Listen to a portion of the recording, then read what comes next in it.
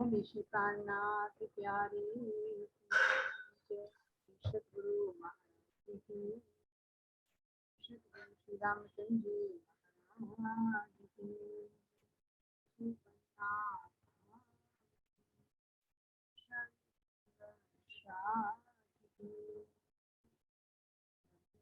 गुरु चरण को प्रेम प्रणाम अशुभ हरण मंगल करण चंद्र जी नाम श्री प्राणनाथ सतगुरु परम विनय करो प्रणाम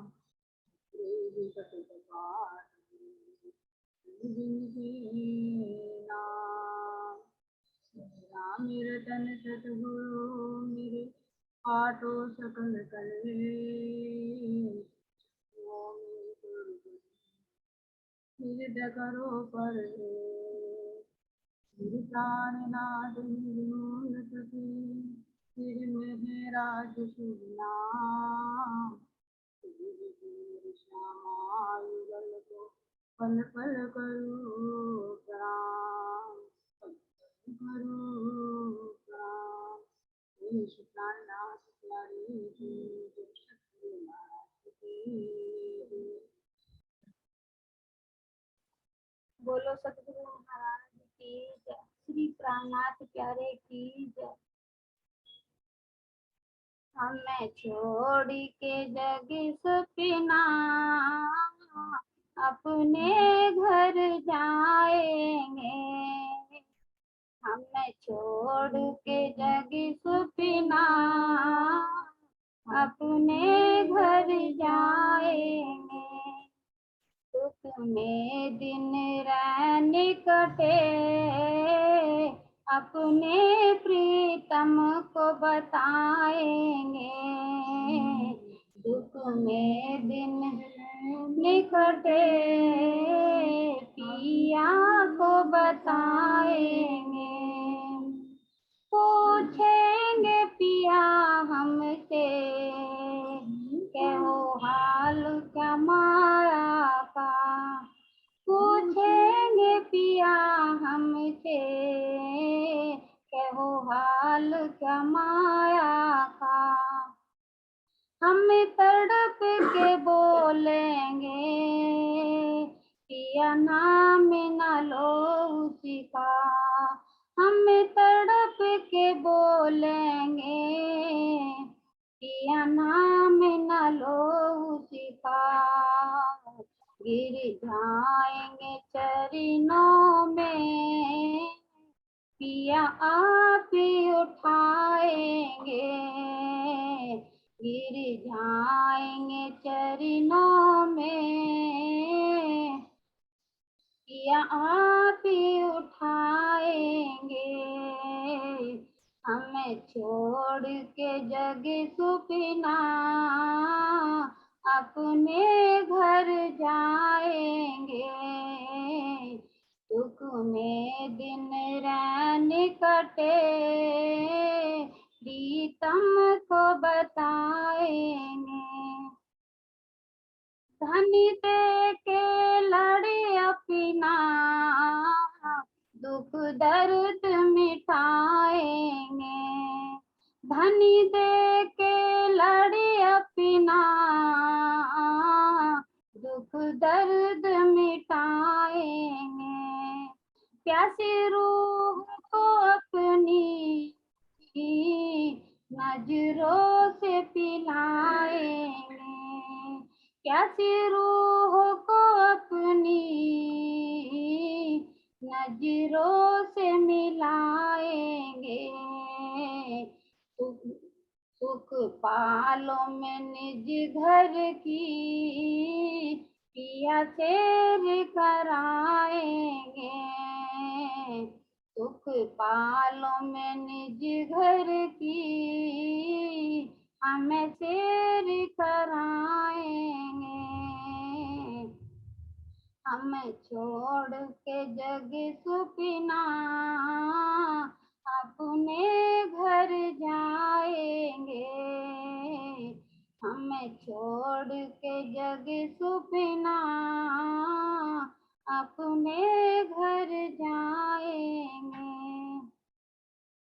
रंग परवाली में पिया सुख से जी पधारेंगे। रंग परवाली में पिया सुख से जी पधारेंगे। चढ़ते दिन हकी हादी जी भूम पधारेंगे। चढ़ते दिन हक हादी जी भूम पे आएंगे। नित्य मोल मिलावे में हम दर्शन पाएंगे। नित्य मोल मिलावे में हम दर्शन पाएंगे। हमें छोड़ के जग सुपना अपने घर जाएंगे। सुख में दिन रैन कटे पिया को बताएंगे। पूछेंगे पिया हमसे कहो हाल क्या माया का। पूछेंगे पिया हमसे कहो हाल क्या माया का। हम तड़प के बोलेंगे पिया नाम न लो उसका। हम गिर जाएंगे चरणों में पिया पी उठाएंगे। हमें छोड़ के जग सु महाराज की प्राणनाथ प्यारे की जय। राम जी।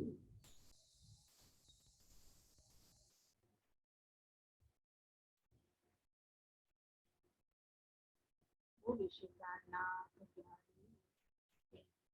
सतगुरु महाराज की जय। जी आज का दिन है ना, रावण के आपकी तो आवाज नहीं आ रही। तो आज के दिन हमारे सतगुरु श्री प्राणनाथ जी मठ में विराजमान।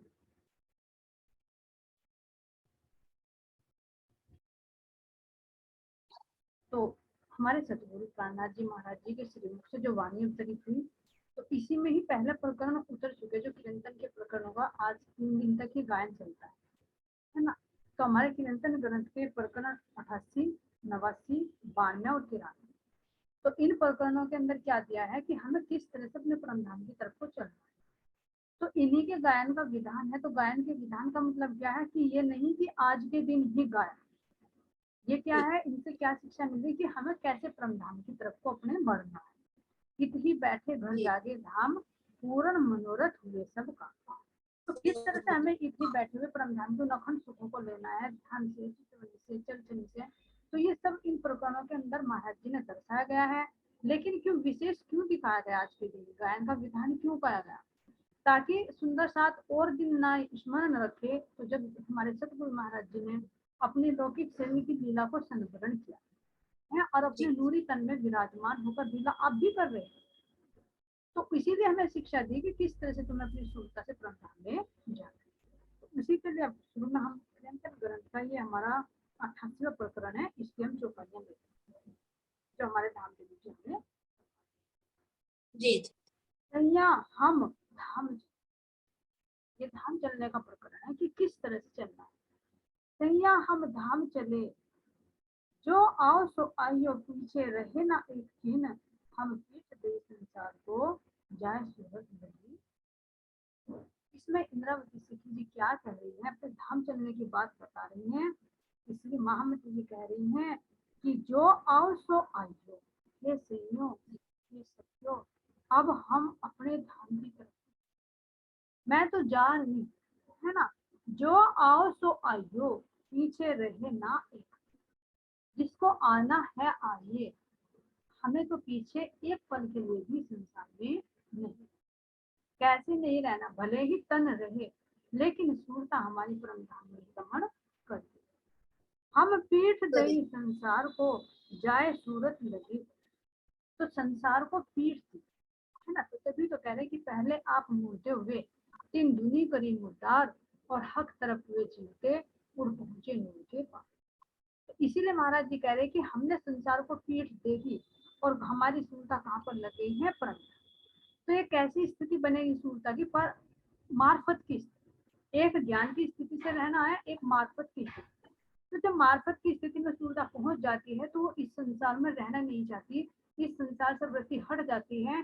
तो इसलिए कह रही हैं कि हम पीठ दे इस संसार को, जाए सूरत लगी शुद्ध मुहूर्त ले पूछ के, शुभ मुहूर्त ले पूछ किया, साहित्य देखी अति सारी, अब दौड़ सको से दूरियो, न रहे दौड़ पकड़ी।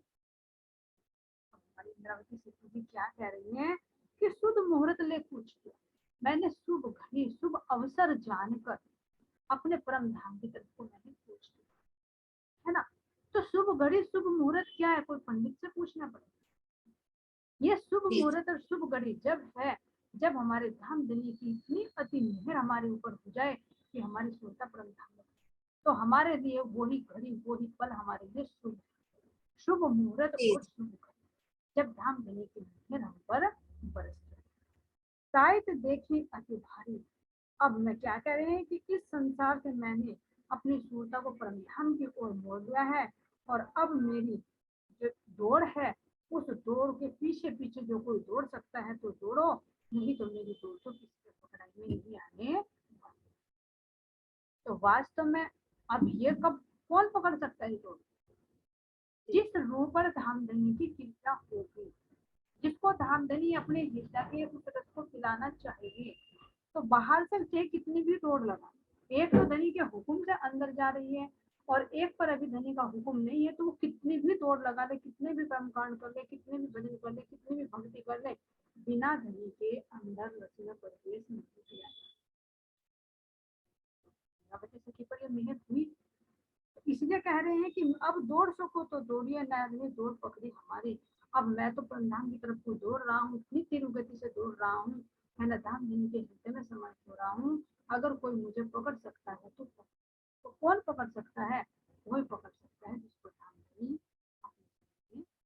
जी जी कोई दिन रहा देखी साथी, अब क्या कह रहे हैं, कोई दिन रहा देखी साथी, पीछे नजर फिराए, पहुंचे दिन आए आखिरी, अब हम देखो। इसके माध्यम से हमारी इंद्रावती सखी क्या कह रही है कि मैंने इतने दिन, है ना, इतने दिन तक मैंने सुंदर साथ की राह देखी, है ना। हम जैसे को जागृत किया कि मेरे सुंदर साथ आए, है ना, मेरे कहने पर चले, लेकिन जब हम जैसे ठीक नहीं समझे, है ना, नहीं जाने, तो फिर भी धाम देने ने अति मेहर की, और मेहर करके ये ताकत मन कि जो साथ है तो चरणों रहे, और पिछले कारण ये बढ़े। तो जो साथ है चरणों में है वे तो साथ चल रहे हैं, लेकिन जो पीछे रह रहे हैं तो उनके लिए धाम देने चाहिए। तो मैंने ये वाणी कही, इसलिए कह रहे हैं कि कोई दिन तक तो मैंने सुंदर साथ की राह देखी, लेकिन मेरे पति से चले, है ना, परमधाम की इस जागने की राह पर चले, और पीछे नजर फिराए, मैं इनको पीछे देखता ही रहा, है ना। अब मैंने अपने ध्यान को क्या कर दिया, इनसे हटाकर अपने ध्यान को परमधाम को लगा। पहुंचे दिन आए आखिरी, अब हम देखिए, अब आखिरत का समय आ गया। और आखिरत के समय में क्या कह रहे हैं कि जब अब आखिरत का समय आ गया है, ये तारतम ज्ञान का प्रकाश चारों दिशा में फैल रहा है, मेरे अंतःकरण में भी, मेरी इंद्रियों में भी वो प्रेम उल्लसित हो रहा है, तो भला रूह अब उसके बिना कैसे। एक तो उस रस में सरोकार हो रहा है, एक अब संसार की तरफ है, तो उसकी तरफ को तब तक देखते। ऐसी स्थिति अगर यहाँ पर कहे कि एक तो भूखा है, एक को भूखा जी ही नहीं, तो उसके सामने जी अगर भोजन रखा है तो वो कब तक इंतजार करेगा कि वो खाए, जब उसको भूख हाँ ही नहीं है तो कैसे खाए, है ना। तो वही स्थिति हमारी हो रही है कि हमारी इंद्रावती सखी के रोम रोम में तो परमात्मा का इश्क हो रहा है, वो हिलोने ले रहा है, और हम जैसे रूहों को जगाने के लिए पीछे मुड़कर देख रही हैं।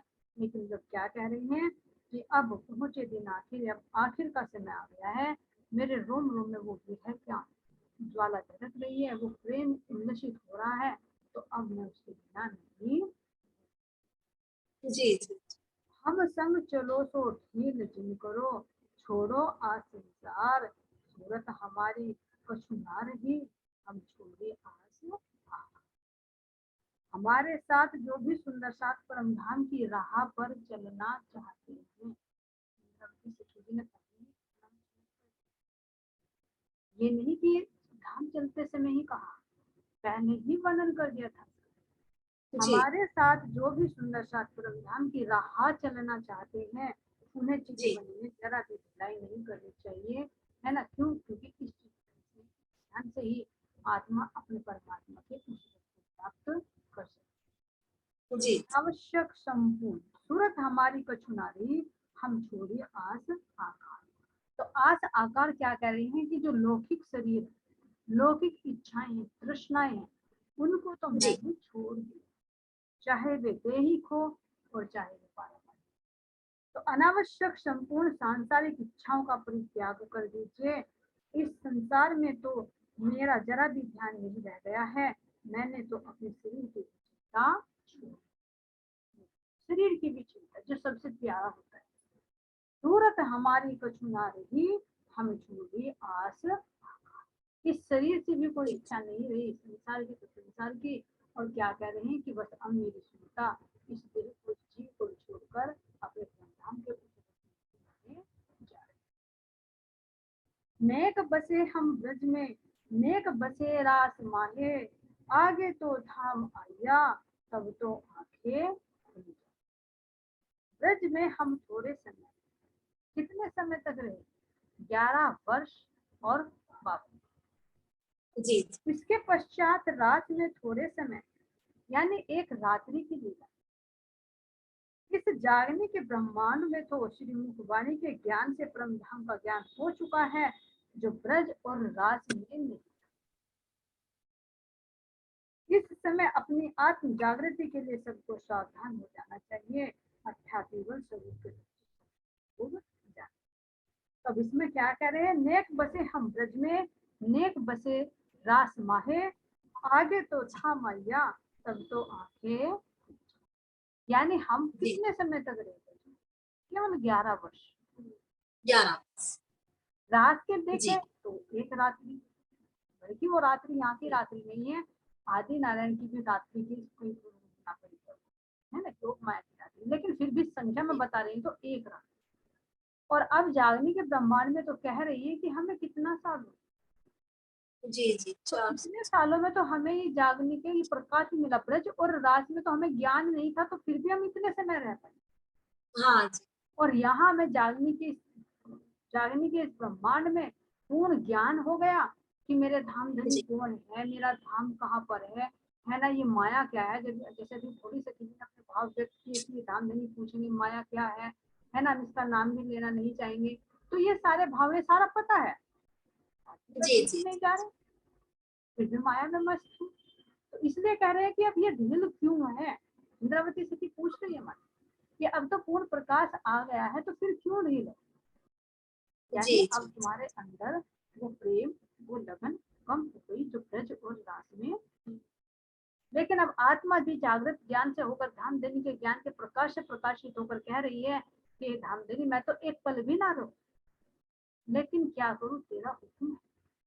क्योंकि हुक्म से बंधी, इल्म से बंधी हुई, हुक्म और इल्म का ही ब्रह्मांड बनाया आपने, है ना। और इल्म के माध्यम से अपने हुक्म को दर्शा रही हो और अपने इश्क को दर्शा रही हो और अपने ब्रह्मांड में उन सुखों को यहाँ पर दिखा। तो जी ये जी सब आपके हुक्म के ही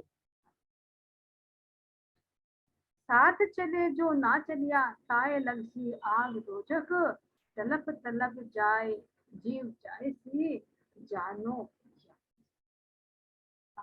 रब सखी क्या कर रही है कि साथ चले जो ना चले, जो साथ चल रहे हैं, है ना, कुछ सुंदर साथ तो मेरे साथ चल रहे हैं और कुछ मेरे साथ नहीं चल, यानी कुछ जी तो अपने परम धाम की लीलाओं में, अपने धाम धनी की सुंदर में रमण कर रहे हैं, और कुछ को मैं समझा रही हूँ, सबको बता रही हूँ, लेकिन फिर भी उस पर ध्यान केंद्रित नहीं। ताए लग से आग दोजक। अब जो मेरे साथ नहीं चल रही, परम धाम के उन लीलाओं में रमन नहीं कर रही, तो उनको क्या लगेगा बाद में? दोजक की आग लगेगी। दोजक की आग क्या है? नरक अग्नि क्या है? ये बार बार सबसे बड़ी नरक अग्नि आग, पुनरपि जननम पुनरपि, यही है सबसे बड़ी दोजक, है ना। अगर अनुभव करे तो सबसे बड़ी दोजक बार बार जन्म लेना, बार बार मरना, गर्भ में उल्टे लटके रहना, गंदगी में रहना, है ना, और इससे बड़ा नरक। तो इनको क्या कह रहे हैं कि जो इस राह पर नहीं चलेगा उन्हें दोजक की आग में जलना पड़ेगा। तलब तलब जाए जी जी, तुम जानो जाने उस मायावी दुख में तड़प तड़प कर अपना शरीर छोड़ना पड़ेगा। बार बार शरीर जी धारण करोगे तब भी लोगे, शरीर छोड़ोगे तब भी करोगे, पूरी जिंदगी भी रोते, कहाँ शांति है? हर जगह दुख ही दुख है। और फिर इसमें क्या कह रही है कि अगर तुम्हें ये लग रहा है कि ये झूठ है तो इसमें जरा भी शंका नहीं है। तुम मेरी वाणी पर विश्वास नहीं करते तो वेद शास्त्रों को उठा कर देख लो और प्रैक्टिकल आंख खोल कर, हाँ जी कहाँ है इस संसार में? क्या इस शरीर में सुख है? क्या इस ब्रह्मांड में सुख है? देखो कह रहे महाराज जी की कैसे बाहर अंदर सब दावानल लगी है। अब काम क्रोध ईर्ष्या द्वेष इनके विकारों में कैसे जीव दिन रात जी।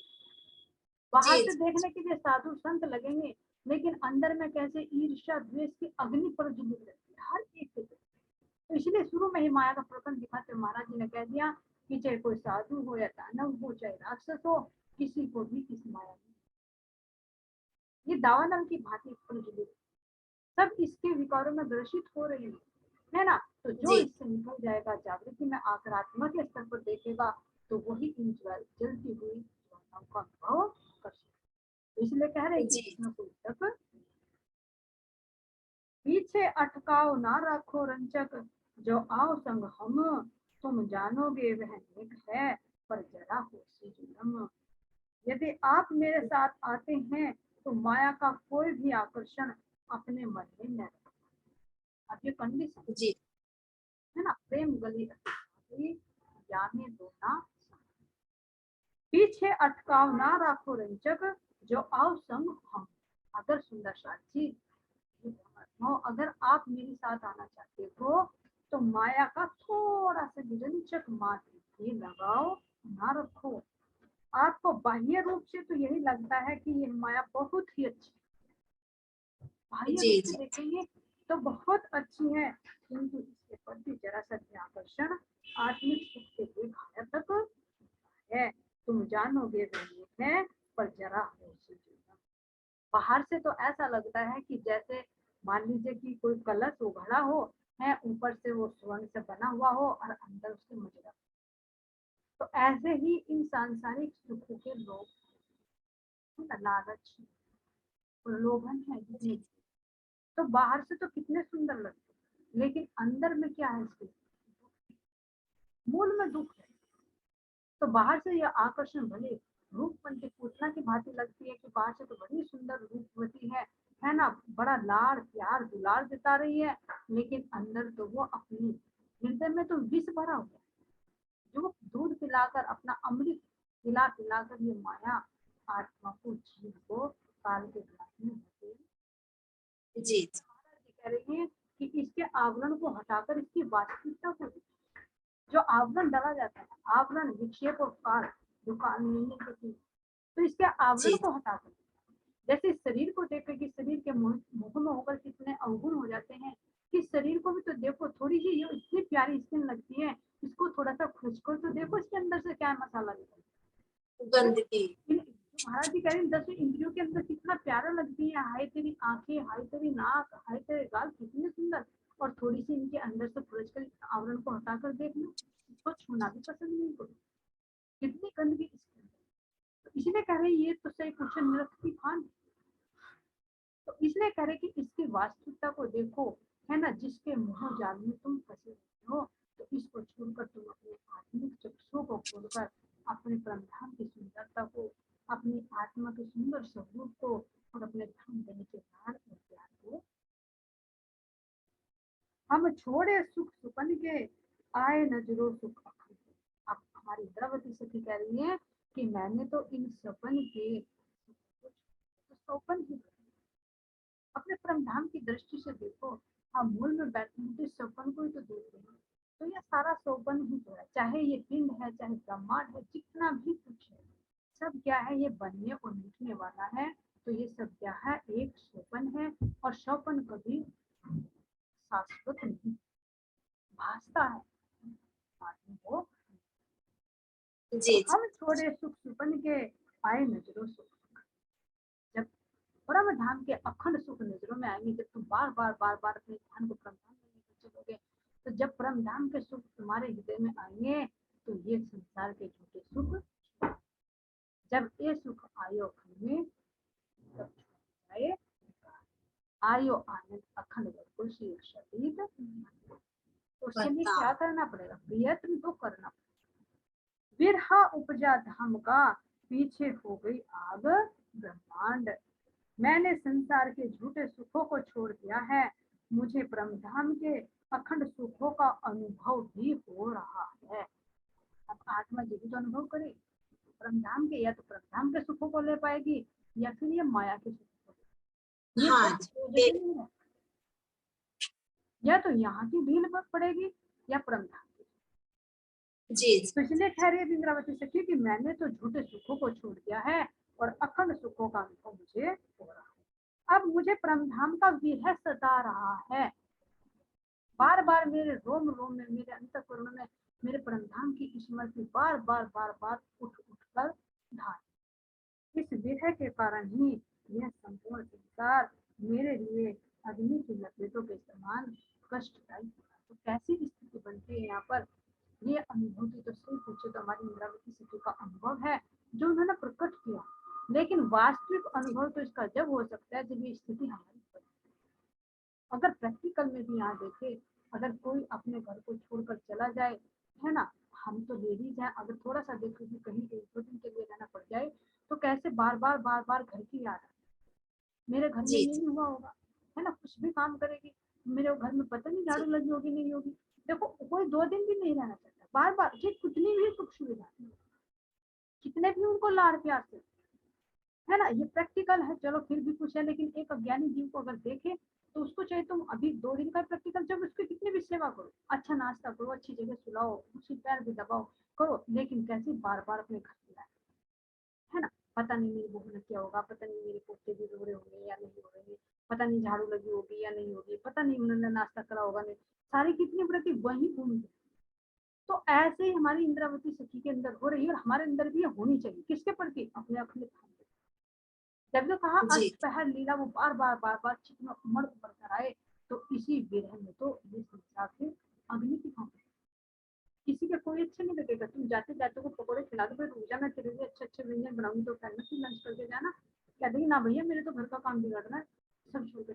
और हम कैसे बेच, अगर देखे तो हर एक की शिक्षा में हम कैसे फिर भी अपने धाम के अखंड सुखों को छोड़कर इस माया में नहीं होते। तो एक छोटा सा जीव भी हमें शिक्षा, वो भी अपने समय की इतनी वैल्यू समझता है कि वो तुम्हारे किसी लालच में आने वाला, अपना काम निकालेगा और चले जी जाएगा। एक सुसुप्ति जीव भी अपने घर से अलग नहीं रहना पाता, कितनी याद आ रही है दिन रात, सपन में भी वही देख रही है, और तू कैसे बेफिक्र हो तुझे। तो ऐसी स्थिति हमारी इंद्रावती सखी को हुई, तो उसका अनुभव हम तभी कर सकते हैं जब हमारी स्थिति ये, और ऐसी स्थिति में लाने के लिए इंद्रावती हमें ये प्रबोध कर दे। अब आगे क्या कह रही है वे, मैं आग देऊं तिन सुख को, जो आड़ी करे जाते धाम, मैं पिंड न देखूं ब्रह्मांड, मेरे हृदय बसे श्यामा। अब क्या कह रही है, परम धाम की राह में माया के जो भी सुख मेरे जी लिए बाधक बने, बाधा डालेंगे, उन्होंने जड़ जी मूल से नष्ट कर दिया।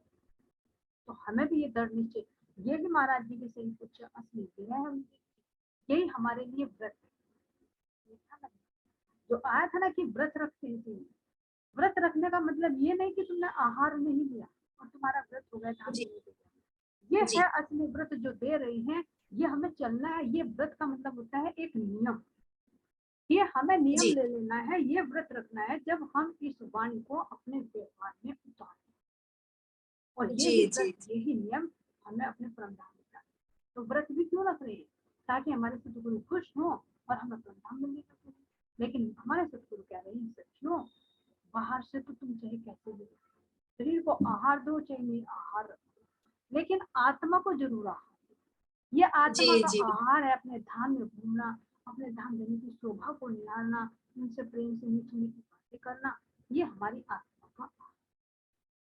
और माया के विकारों को दूर रखना, ये इसको तुम्हें छोड़। जैसे आहार विहार का ध्यान रखा जाता है ना व्रत में, क्या हमें खाना है क्या नहीं खाना। तो इसलिए हमारे इंद्रावती सखी हमें बता रही है कि माया का जो आकर्षण जो पीछे आया है ना, माया का आकर्षण, उसको तो तुम्हें छोड़ना है, उसको खाना जी, है, अपनी आत्मा को नहीं देना।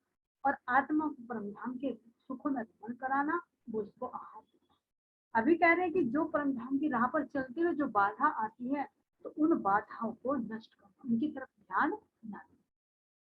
जी, अब तो मेरे धाम हृदय में युगल स्वरूप श्री राजश्यामा जी बस चुके हैं।